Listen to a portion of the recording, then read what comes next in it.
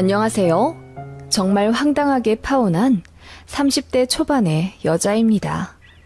저 같은 케이스가 또 있을까 궁금해서 글을 올려봅니다.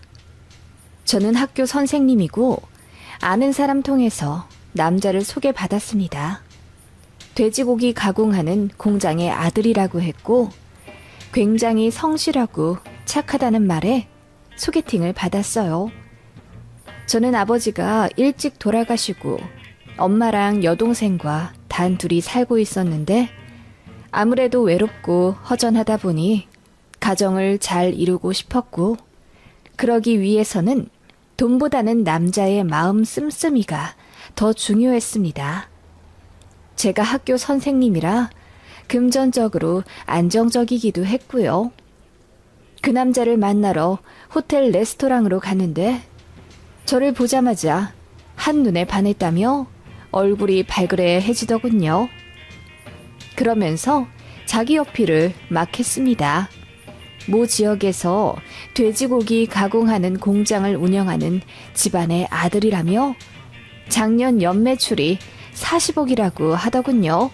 친인척들이랑 하다 보니 손에 들어오는 순수익도 많다면서요. 본인은 회사원인데 머지않아 정리하고 아버지 회사로 들어갈 거라고 하더군요. 보니까 손에 차고 있는 시계도 상당히 고가였습니다. 차도 제네시스 G80이었고요. 그러면서 저를 놓치고 싶지 않다며 애프터 신청을 굉장히 적극적으로 하더군요. 저도 그 사람이 나쁘지 않았고 그래서 사귀게 되었습니다. 저는 사귀는 것과 동시에 저희 집 사정을 이야기했지요. 아버지가 일찍 돌아가셔서 홀 어머니만 계시다고 했는데 제 걱정과는 달리 저를 더 따스하게 안아주며 그러면 결혼하고 나서 장모님 옆에 더 가까이 살아야겠다. 내가 잘 챙겨드려야지. 라고 하더군요. 그 모습에 저는 너무나 마음이 놓였고 사귀는 내내 저를 공주받들 듯 챙겨주는 모습에 결혼을 하기로 결심했습니다. 그렇게 6개월쯤 사귀었을까? 저희 집에 먼저 찾아와 예비 신랑이 인사를 드렸고 예상대로 매우 깍듯한 모습에 엄마가 마음을 열고 결혼을 허락해 주셨습니다. 이제 저만 남자 쪽 집에 인사 가면 되었는데 남자가 그러더라고요. 사실 지금 부동산 문제로 사정이 있어서 잠깐 빌라에 살고 있어. 우리 아파트는 40평대 고급 아파트인데 잠깐 아는 사람한테 전세 주느라고 우리는 빌라에 살고 있거든. 내년에 거기 이사 갈 거야. 지금 집이 허름해도 놀라지 말아줘. 그 말에 조금 이상하다라는 생각을 했지만 사귀면서 여자 문제 한 번 일으킨 적 없고 거짓말도 하지 않은 수더분한 남자라 믿었습니다. 그렇게 남자의 차를 타고 인사를 드리러 갔습니다. 모 지역의 시내를 한참 지나 산비탈까지 오르고 꼬불꼬불 허름한 빌라로 조악한 동네에 다다랐어요. 3층짜리 벽돌조차 바래버린 빌라 앞에 세운 예비 신랑이 여기는 임시로 살고 있는 곳이라며 저를 계속 안심시키려 하더군요. 조금 불안은 했지만 들어갔습니다. 가니까 어머님만 계셨어요. 제가 깍듯이 인사를 드리자 예비 시어머니는 그래, 이야기 잘 들었다. 우리 아들이랑 결혼을 하고 싶다고? 선생님이라던데 한 달에 얼마 버니? 라고 다짜고짜 돈 이야기부터 하시더라고요. 너무 놀라서 제가 얼어붙자 남친이 허허 웃으며 전에 사귀던 여자친구들이 다 백수였고 자기네 공장 상속에만 혈안이 되어 있어서 결국 다 헤어졌다고 하더군요. 우리 엄마가 내 전 여친들한테 너무 대어서 이런 이야기를 하시는 거야. 아, 엄마, 이 사람은 그럴 리 없다고 내가 말했잖아. 얼마나 착한 여자라고. 남자는 그렇게 이야기하며 제 앞에서 본인 엄마를 나무라더군요. 그러자 예비 시어머니는 뭔가 할 말이 있는 듯 했지만 꾹 참는 느낌이 들었고요. 그렇게 어머님한테 인사를 드렸고 공장에 계시다는 아버님께 찾아갔습니다. 예비시대 근처였어요. 남친 차를 타고 가서 공장에 들어섰는데 너무 놀랐습니다. 공장 부지가 엄청 크더라고요. 돼지고기 가공하는 곳이라고 해서 작은 컨테이너 정도로 생각했는데 1000평은 좋게 되어 보이고 사무실도 따로 좋게 되어 있는 곳이었습니다. 예비신랑이 아빠 하고 부르자 공장 내부에서 한 중년이 나왔습니다. 그분은 저를 보자마자 환하게 웃으며 네가 우리 며느리 될 아이구나. 와주어서 고맙구나. 라고 맞아주셨죠. 그렇게 사무실에 들어갔고 예비 시부는 자연스럽게 저에게 커피를 타주겠다며 탕비실로 가시더라고요. 그리고 대표 자리 앞에 있는 소파에 앉으라며 안내해 주셨습니다. 제가 회사 운영하기 힘드시지 않냐고 하니 뭔가 당황스러운 듯 웃으시더라고요. 더는 말씀을 안 하셨고 예비신랑도 자기 아빠가 말씀이 많이 없는 분이라며 저더러 이해하라고 하더군요. 무언가 못 믿어온 부분이 많았지만 대표 자리에 있는 명패도 예비시부 이름이었고 또 예비시부도 자연스럽게 대표 자리에 가서 핸드폰을 충전하는 등 명백한 공장 사장 같은 모습을 보였기에 더 의심하진 않았습니다. 어쨌든 양가 허락을 받긴 받은 거죠. 그렇게 결혼을 본격적으로 준비하려 하는데 예비신랑이 본인은 현금을 갖고 있는 게 없고 부모님으로부터 아파트를 한 채 물려받은 게 있으니 거기서 신혼생활을 하는 게 어떻냐고 하더군요. 그런데 그곳이 제가 근무하는 곳에서 굉장히 많이 떨어진 지역이었습니다. 차로 1시간 30분 정도라면 출퇴근을 생각해 볼 수도 있지만 2시간도 넘게 떨어진 곳이라 제가 그건 안 될 것 같다고 했죠. 그랬더니 지금 팔면 너무 손해라며 난감해 하더라고요. 그래서 대출을 먼저 받고 제가 가진 돈을 합쳐서 신혼집을 마련하면 되지 않겠냐고 하니 자기는 보수적이라 대출을 안 받는다고 하더군요. 자기네 집이 승승장구하게 된 이유도 대출 하나 없이 올 현금으로 이뤄내서 그런 거라며 입에 침이 튀도록 설명을 하더군요. 여하튼 예비신랑은 대출은 못 받겠고 일단 제가 가진 돈으로 신혼집을 전세로라도 마련해서 들어가 보자고 하더군요. 자기가 가전 가구는 다 해올 것이고 결혼하고 나면 자기가 가진 아파트 명의를 저한테 돌려주겠다는 약속도 하더라고요. 그 아파트는 시세 12억짜리였습니다. 저는 현금으로 2억 있었고 소나타 한 대가 있었어요. 게다가 결혼하면 엄마가 돈을 2천만 원 해주신다고 했고요. 그런데 제 돈으로 전세 계약을 하면 굳이 엄마에게 그 돈을 받을 이유가 없어 보였습니다. 그래서 예비신랑에게도 친정 지원을 없을 거라고 했더니 뭔가 아쉬워하는 느낌이었습니다. 그때부터 조금씩 뭔가 이 결혼에 대한 찝찝함이 들기 시작했던 것 같아요. 남자는 너무 괜찮고 저를 많이 사랑해주긴 하는데 금전적으로 뭐 하나 딱 부러지게 확실한 게 없으니 짜증도 났고요. 제 마음을 꿰뚫기라도 하듯 남자가 갑자기 저에게 차를 바꾸자고 하더군요.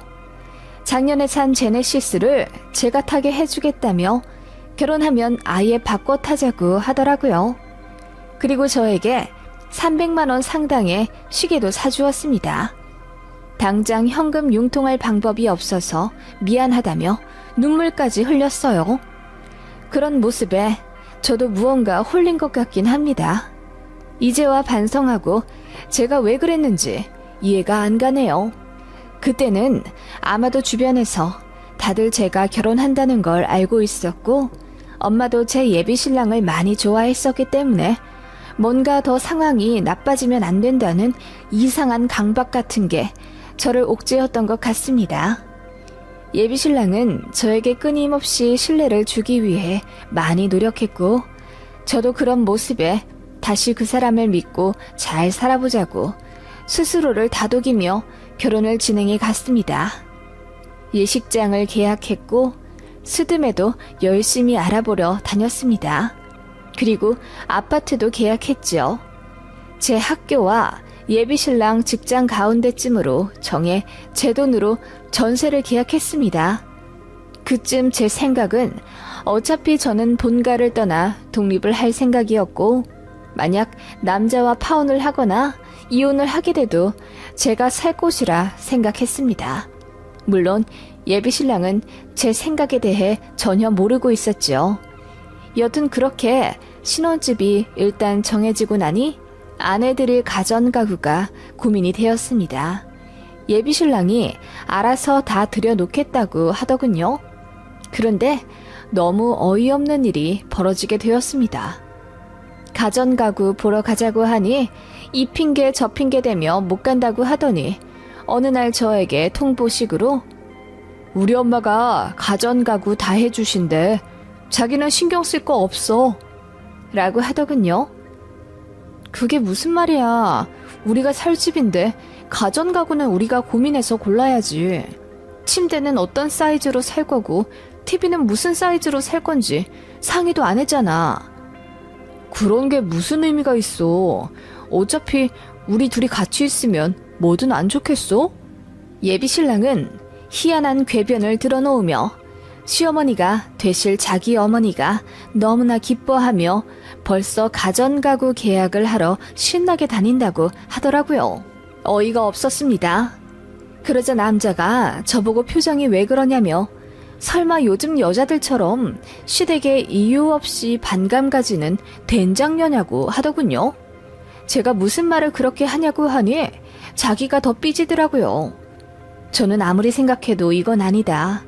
우리 가전 가구인데 우리가 사야지 어떻게 어머님한테 맡길 수가 있냐고 따져 물었더니 그제야 말하기를 나중에 내 명의로 갖고 있는 그 아파트를 팔고 싶으면 엄마가 시키는 대로 해야 한대.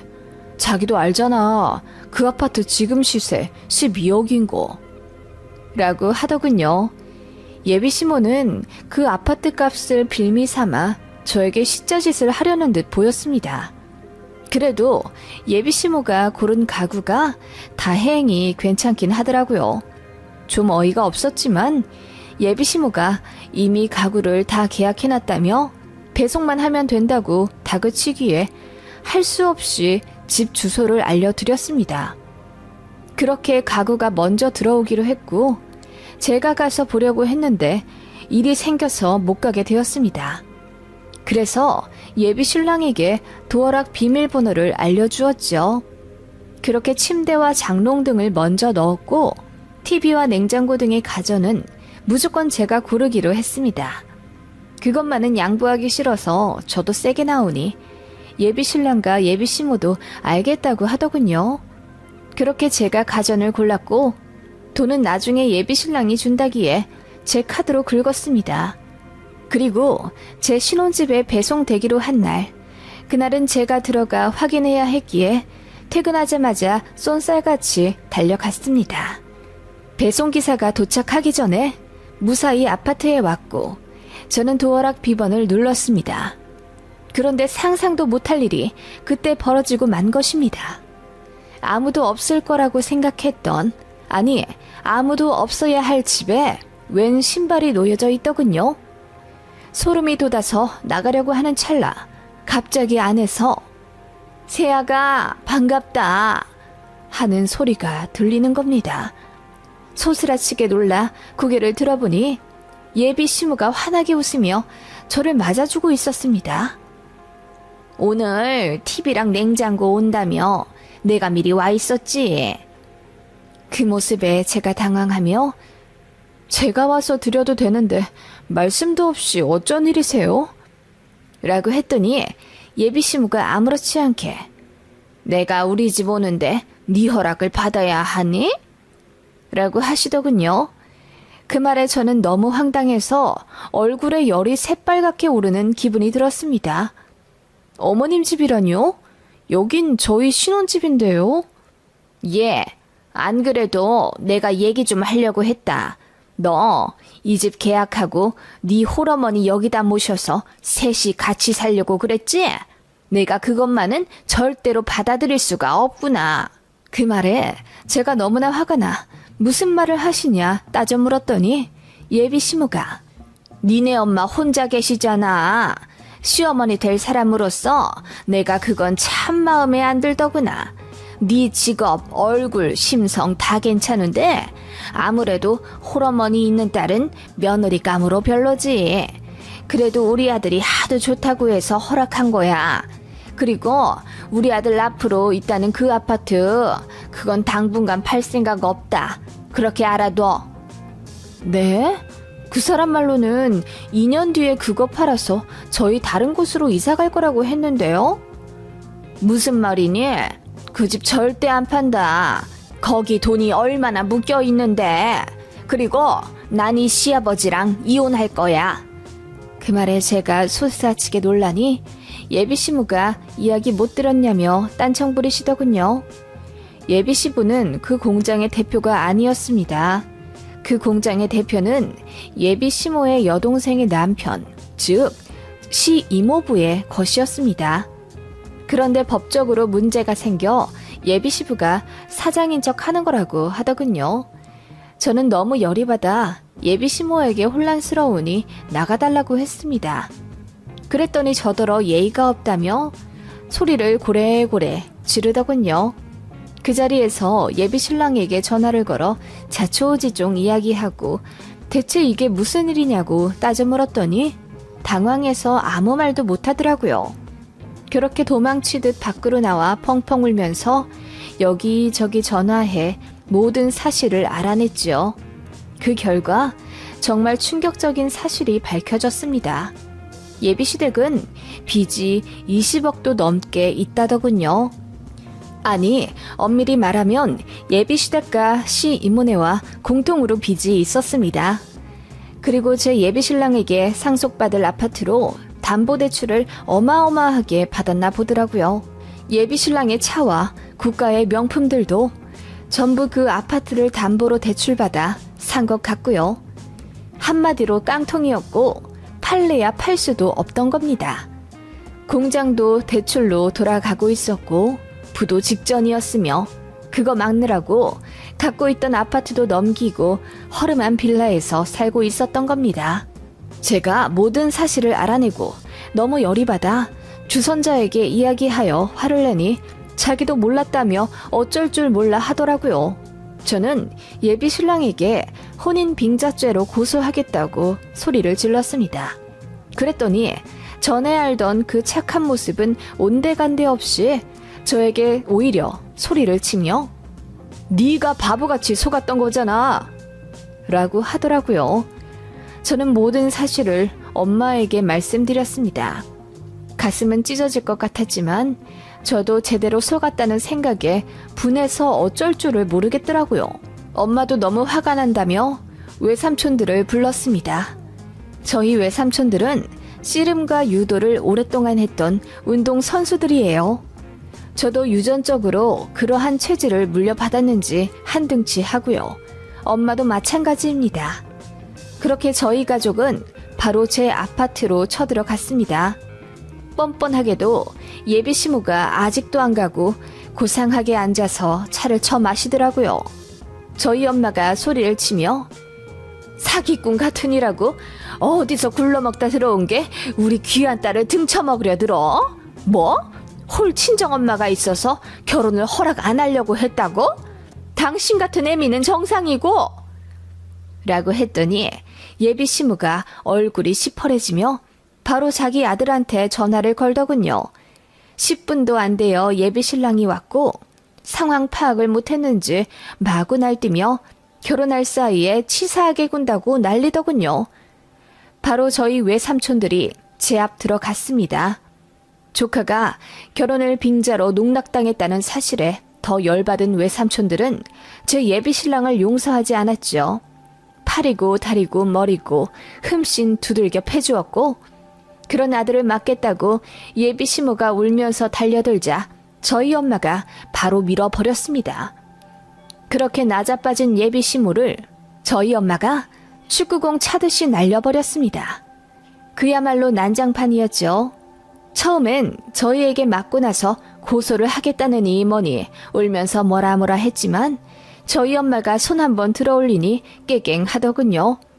결국 그 사기꾼 같은 모자는 다신 제 앞에 나타나지 않겠다는 각서를 쓰고 코피 철철 흘리며 새벽에 택시 타고 도망갔습니다.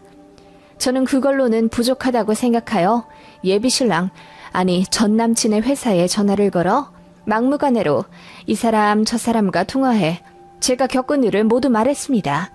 소문 내달라고 부탁도 했고요. 결국 그 인간 한 달도 안 돼요. 무슨 일인지 잘렸다더군요. 그렇게 참으로 어이없게 파혼했습니다. 저도 나이가 많다는 이유로 또 가정을 빨리 꾸리고 싶다는 이유로 하나만 보고 둘은 보지 않았던 어리석음을 가슴 깊이 반성했습니다. 믿고 싶은 것만 믿었던 제 불찰이라고 생각합니다. 저도 나름대로 똑 부러진다고 소리 들었는데 결혼 앞두고 정말 사람이 뭐에 씌이긴 하나 보네요. 그래도 너무 늦지 않게 파혼해서 다행이라고 생각합니다. 그리고 그렇게라도 패주고 끝내서 속이 시원하고요. 그 집은 찜찜하여 바로 다른 이에게 전전세 주었습니다. 전 예비시무가 넣은 가구는 다 팔았고요. 정말 황당하지 않나요? 어떻게 이런 일이 다 있는지 어이가 없을 뿐입니다.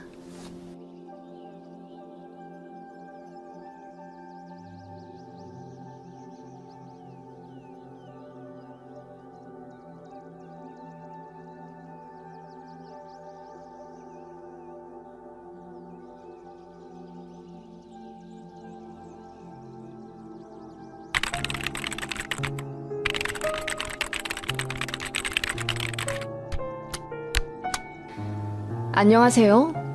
참 어이없게 파혼한 20대 후반의 직장인입니다.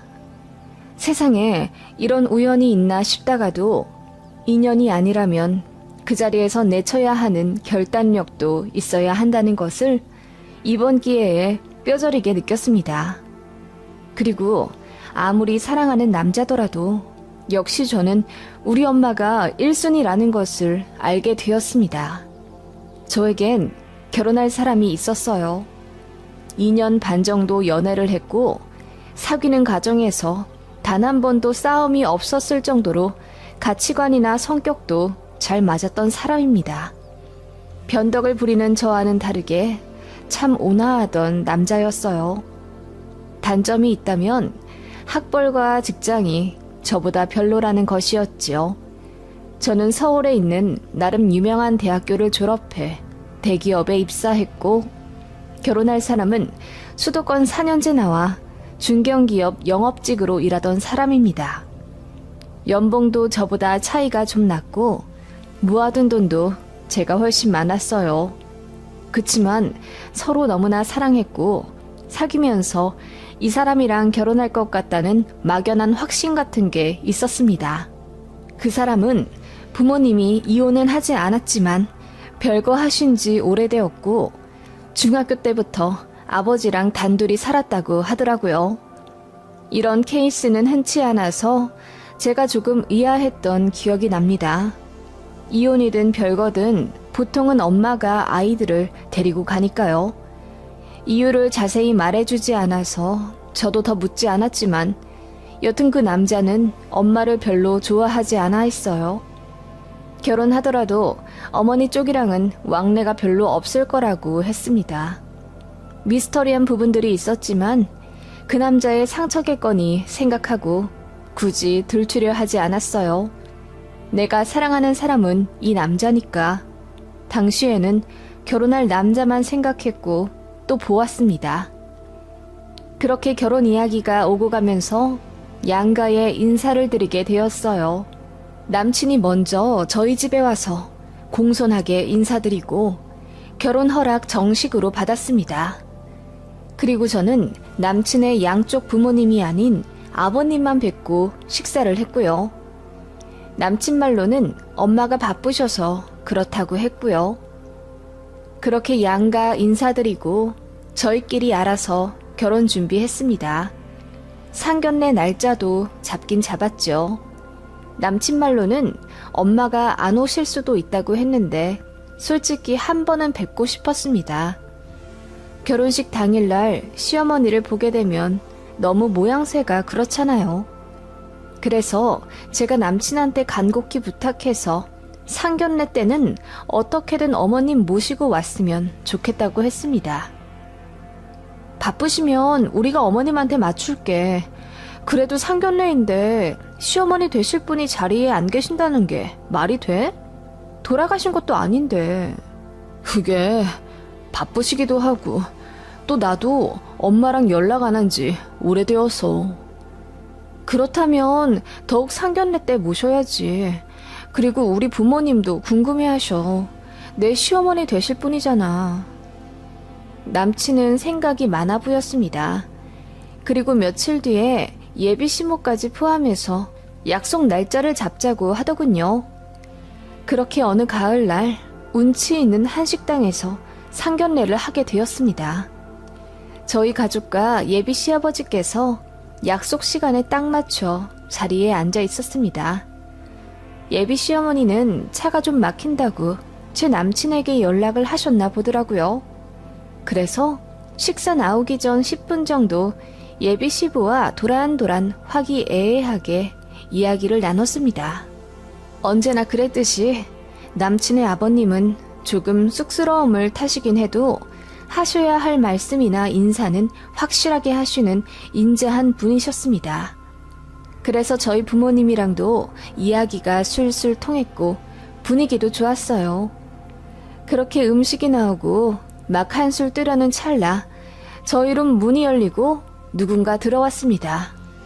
화려하게 머리를 올리고 때이른 모피를 걸치고 들어오신 그분은 바로 저희 예비 시어머니였습니다. 제가 먼저 어정쩡하게 일어나서 인사를 드렸습니다. 어머님 안녕하세요. 처음 뵙겠습니다. 그렇게 저희 부모님도 일어나서 예비 시모와 인사를 나누었죠. 그런데 예비 시모가 저희 엄마를 보는 눈빛이 심상치 않았습니다. 안녕하세요나 처음 뵙겠습니다 라는 인사는 생략하시고 이상하다? 꼭 어디서 본 것 같은데? 우리 어디서 본 적 있지 않아요? 라고 하시며 저희 엄마 얼굴을 뚫어지게 쳐다보시더라고요. 그 모습에 저희 엄마가 벙찐 듯 잠시 가만히 계시다가 이내 얼굴을 빨갛게 물들이시더라고요. 그 순간 예비 시모가 박수를 짝짝 치며 맞네, 맞아. 나 갈비탕집 할 때 우리 가게에서 일했던 그 아줌마네. 라며 호들갑을 떠시더라고요. 그게 상견례 첫 인사였습니다. 안면이 있든 없든 이 자리는 저와 남친의 결혼 전 양가 부모님이 뵙는 엄숙한 자리인데 예비 시모의 행동이 너무 경솔하다 느꼈습니다. 저와 같은 생각인지 저희 부모님과 남친 그리고 예비 시아버지도 헛기침을 하시며 예비 시모를 자중시키려 노력하셨고요. 생각해보니 저희 어머니가 저 어릴 때 부업 겸 아르바이트를 하신 적이 있습니다. 당시 저희 큰댁 사업이 많이 기울어져서 부모님이 상의 끝에 큰 돈을 대출받아 해드렸어요. 그래서 그거 갚느라고 전업주부셨던 어머니가 일을 하셨고요. 한 5년간 엄마가 정말 많이 고생하셨던 기억이 나요. 아침에 저희 남매 등교하기 전부터 나가셔서 밤늦게 들어오셨으니까요. 그때 당시에 셔틀버스 타고 공장도 나가셨고 식당 홀서빙이랑 설거지 알바도 하셨다고 들었습니다. 저희에게는 얘들아 괜찮아. 엄마도 돈 벌어보니까 쉬운 일이 아니네. 우리 아빠한테 늘 감사한 마음으로 살자. 라고 하시며 어머니 당신께서는 뒤늦게 돈 버는 게 재밌다고까지 하시며 어린 우리 남매를 다독거려 주셨네요. 저희는 그런 엄마를 위해서 더 말도 잘 듣고 야물딱지게 챙겨 생활하려 노력했고요. 그때는 학원도 못 다녀서 동생이랑 둘이 저녁에 식탁에 앉아 공부했었어요. 제가 제 동생의 선생님을 했고 저는 혼자 자습서 해설 부분 달달 외워가며 공부했었네요. 그때 당시는 동생까지 챙기느라 힘들었긴 했지만 그때 익혔던 공부 습관으로 고3 때까지 열심히 해서 좋은 대학 가게 된 겁니다. 엄마는 그 시절이 저에게 참 고맙고 미안했던 시간이라고 하세요. 여튼 엄마의 얼굴이 빨갛게 물드는 걸 보니 정말 예전에 조우하신 적이 있는 사이임에는 틀림없었어요.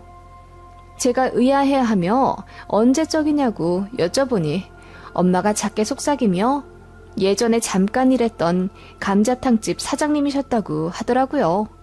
그런데 엄마는 별로 반갑지 않은 듯 보였습니다. 어떻게 보면 좀 불쾌해 보이기도 했고요. 예비 시어머니만 들떠서는 이름이 뭐였죠? 경자씨였나? 아님 경숙씨? 내가 알바하는 아줌마들 이름이랑 얼굴 하나는 잘 기억하는데 통 가물가물하네. 우리 가게에서 오래 안 일했죠? 라며 깔깔 웃기까지 하시더라고요. 엄마가 애써 웃으며 말씀하셨습니다. 네, 당시에 2개월 좀 안 되게 일했었죠. 나같이 좋은 사장 밑에서 왜 그렇게 짧게 일했어요? 오래 일하시지. 그때 설거지 하셨나? 아님 홀서빙? 키친은 내가 아무나 안 들여보내니까 요리는 안 했겠네. 그죠? 예비시모는 반말과 존대를 섞어가며 조금 무례하다 싶을 정도로 엄마에게 말을 하시더라고요. 그러자 예비 시아버지가 팔꿈치로 딱 치며 그만하라는 신호를 보내셨고요.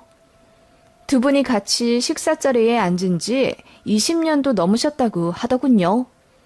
제 남친이 중학생 때 별거하기 시작했고 그 이후로 두 분이 전화통화만 가끔 할 뿐 이렇다 할 왕래도 연락도 없으셨다고 하더라고요. 그래서 그런지 예비 시부모님 두 분은 상당히 어색해 보였고요. 여튼 그렇게 첫 인사를 하였고 어쩐지 많이 불편해하는 엄마를 신경 쓰며 식사를 하게 되었습니다.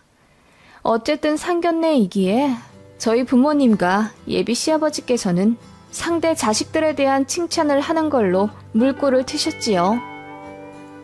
지연이가 참 싹싹하네요. 어쩜 그렇게 예쁘고 똑똑하게 잘 키우셨을까요? 아유, 지석이만 할까요? 첫 인사 자리에 한우까지 무겁게 들고 와서는 어찌나 예의 바르게 행동하던지요. 그러자 예비 신부가 말을 끊더니 나랑도 만났으면 며느리 될 사람 내가 정말 이뻐했을 텐데 그리고 아줌마 딸인 줄 알았으면 내가 더 잘해줬지. 세상에 이런 인연이 또 있나? 라고 하며 웃으시더라고요. 말끝마다 아줌마 거리니 저도 상당히 거슬렸습니다. 엄마는 그저 난감하게 웃으며 그러게요. 사장님 아들이랑 제 딸이랑 이렇게 연결이 될 줄 꿈에도 생각을 못했네요. 라고 하셨습니다. 그러자 예비 신부가 신이 나셨는지 이 말 저 말 필터링하지 않고 마구 얘기를 하기 시작하더군요. 그런데 그때 얼마 일 안 했지? 아줌마가 하던 일이 설거지였나 홀서빙이었나? 왜 그렇게 빨리 관뒀어요? 나는 그게 궁금한데 왜 대답을 안 해주고 그래요? 홀서빙이었어요. 아, 그렇구나. 그런데 왜 그렇게 빨리 관뒀어요? 내가 갈비탕집 할 때 아줌마들한테 참 잘해줬는데 나한테 택시비 받은 적 없어요? 내가 가끔 알바 시간보다 더 붙잡아두고 일하면 꼭 택시비 10,000원씩 쥐어줬거든. 예비 시무가 깔깔 웃으며 과거를 회상하는 동안 저희 어머니는 수치심에 얼굴이 불타오르셨습니다. 그것 보니 저도 화가 스물스물 올라오더라고요. 어머니, 그때는 저희 집이 좀 어려울 때였어요. 그래서 안 하던 일도 하시고 많이 힘드셨을 거예요. 그때 떠올려서 좋을 것도 없는데 다른 이야기 하시면 안 될까요? 그리고 결혼하면 사돈 뗄 사이인데 자꾸 아줌마 거리시는 건 딸 입장에서 조금... 제가 그렇게 이야기하자 예비 시모가 좀 당황한 듯 하더군요. 그러더니 아줌마, 딸을 아주 잘 키우셨네. 어쩜 이렇게 할 말을 똑부러지게 잘해? 아, 아줌마라고 하면 안 된다고 했지? 안 싸던 따님이 똑똑하셔서 참 좋으시겠어요? 라며 비아냥 대시는 거예요. 네, 제가 딸을 아주 잘 키웠죠. 그래서 대학도 좋은 곳 가고 떡하니 대기업도 입사했잖아요. 라고 엄마가 무표정으로 이야기하자 예비 시모가 그렇네. 엄마가 갈비탕집에서 알바하는 집안 딸인데 공부는 꽤 시키셨나 봐. 라고 신경전을 벌이며 이야기하셨고 저희 엄마가 바로 받아치셨습니다. 제가 시켰나요? 알아서 한 거지. 갈비탕 집까지 하는 사장 집안 아들은 미뤄져도 공부를 못하셨나 보네요. 지금은 어째 제 딸보다도 못한 것 같으네요. 그래도 우리 딸이 참 착하고 마음이 열려 있어서 사람을 스펙으로 판단 안 해요. 그러니까 쥐석이를 데려온 거겠죠. 그 말에 예비 시모 얼굴이 허옇게 되었다가 빨갛게 되었다가 난리도 아니더군요. 그러더니 입을 떼시며 아줌마도 적응 안 되시겠어요. 알바할 땐 나한테 사모님 그러시다가 결혼하면 사부인이라고 하셔야겠네. 그냥 편하게 이전처럼 사모님이라고 불러도 돼.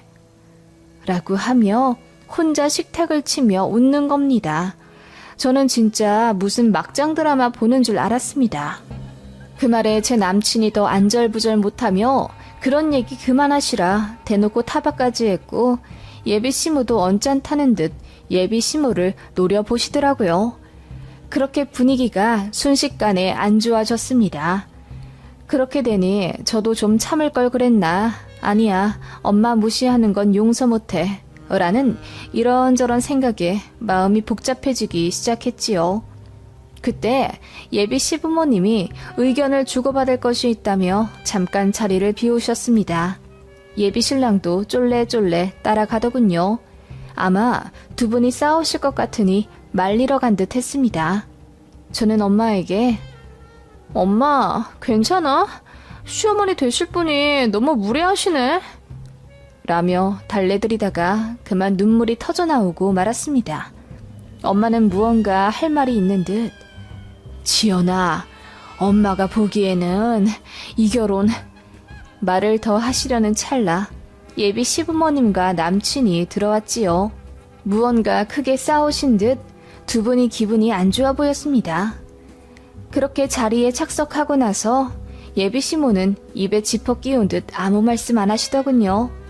또 다른 말 실수하지 않으려 아버님이 단속하신 듯한데 이미 저희 부모님과 저는 예비 시모의 경솔한 태도로 기분이 상할 대로 상한 직후였습니다. 그렇게 조용히 밥을 먹고 후식까지 나와 대충 이야기를 정리하려던 중이었습니다. 결혼을 하게 된다면 수드메나 신혼여행 등에 관한 건 일체 저희 커플이 알아서 하자고 하셨고 신혼집 구하는 것은 양가에서 성이 보이는 정도로 얼마씩 보태주자는 이야기가 나왔습니다. 예비 시부는 5천만 원 해줄 수 있다고 하시더군요. 저희 부모님께서도 흔쾌히 그러면 똑같이 5천 해주겠다 하셨습니다. 그러자 예비 시모가 끼어들며 5천이요? 이제 새 시작하는 젊은 부부인데 뭐하러 돈을 보태줘요? 그냥 자기네들끼리 알아서 살게 냅둬요. 당신은 아들 줄 돈 있으면 나한테 줘야 하지 않아? 위자료를 안 줘서 내가 이혼을 안 하고 있었는데 라며 충격 발언을 하시더라고요. 그 순간 자리가 물에 끼얹은 듯 얼어붙었습니다. 예비 시부는 얼굴이 시뻘개지시며 그게 상견례에서 할 소리냐고 나지막이 꾸짖으셨습니다. 예비 신랑은 울기 직전이었고요. 그때 예비 시모가 말했습니다. 내가요, 이 사람한테 이혼 좀 해달라고 했는데 죽어도 안 해주더라고요. 내가 바람이 났기 때문에 오히려 자기가 위자료를 받아야 한다나? 나처럼 가정에 충실한 현모양처가 어딨다고 그런 모욕을 주는지. 혹시 이야기 잘못 전해 듣고 나에 대해 오해할까봐 내가 미리 말해주는 거예요. 그때 알았습니다.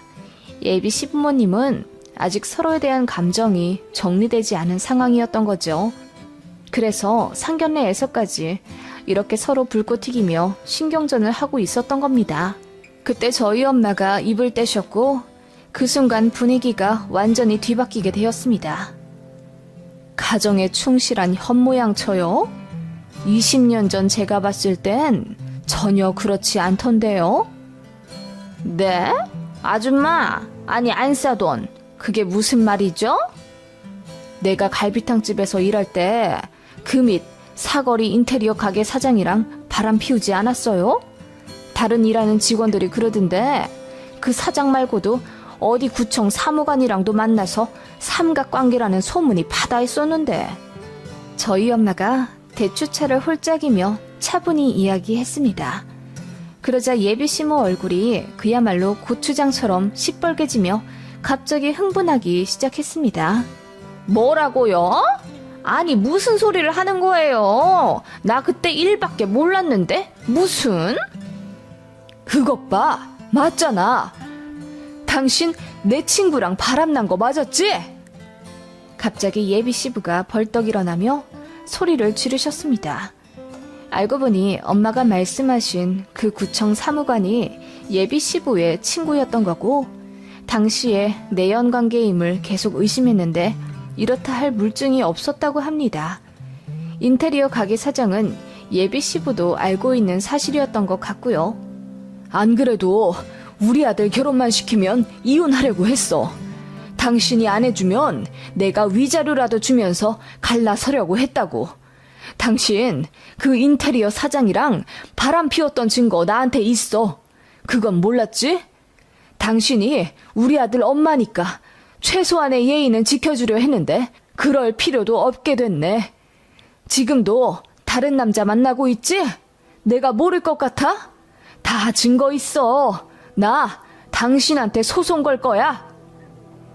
예비 시부는 벼랑간 폭탄 발언을 하셨고 그 순간 그 자리가 아수라장이 되었습니다.